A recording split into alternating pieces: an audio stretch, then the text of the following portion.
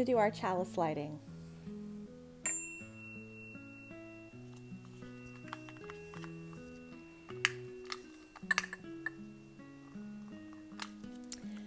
Across the distance, the light within me shines, sending love to all.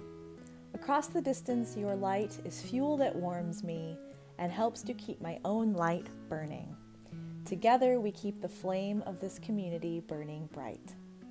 Laura Thompson. Hi, everyone. Thanks for joining us for our story today. Today's story is called Mullah Nasruddin Feeds His Coat. Mullah Nasruddin had been working in the fields all day long. He was tired and he was sweaty, and his clothes and shoes were covered with mud and stains. Because he had been fasting all day long for Ramadan, he was also quite hungry. But finally, it was almost sundown, and Nasruddin knew that he would soon be able to eat.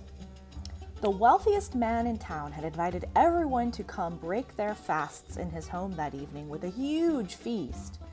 Nasruddin knew that he would be late if he went home to change his clothes first before heading into town. He decided it was better to arrive in dirty clothes than to be late. Oh, what a party it would be, he thought. What a feast! As he walked into the wealthy man's home, Nasruddin imagined the delicious foods he would soon be eating.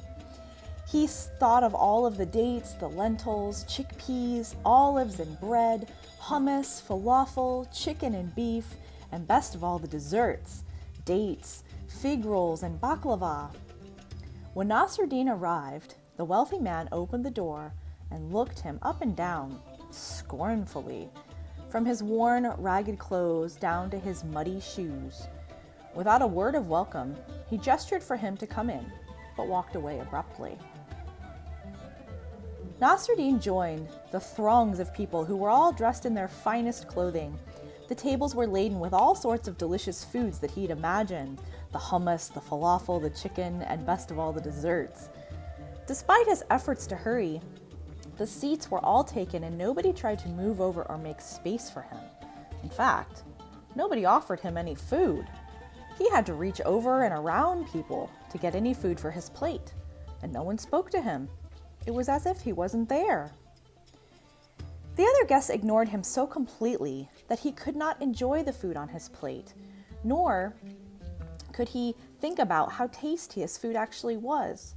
In fact, after only a few bites, he was left feeling so uncomfortable that he decided to leave. He hurried home and he changed into his finest clothing, including a beautiful coat.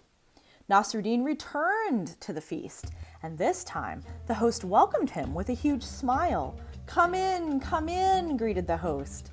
As Nasruddin entered, people waved and called for him from all corners of the room as they invited him to come sit and offered him food. Nasruddin sat down quietly.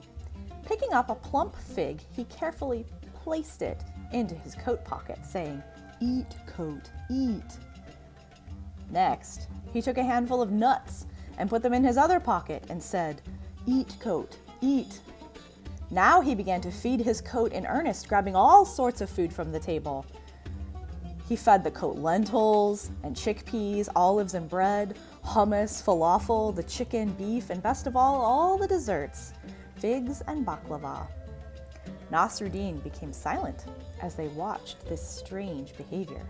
Soon everyone in the room was staring at him, wondering what was he doing. The host hurried over. "Nasruddin, whatever are you doing? Why are you feeding your coat in this manner?" "Well," replied Nasruddin, "when I first came to this feast in my old farming clothes, I was not welcomed. No one would speak to me. But when I changed into this fine coat, suddenly I was greeted warmly. So I realized it was not me that was welcome at this party, but my clothing. So now I'm feeding my coat."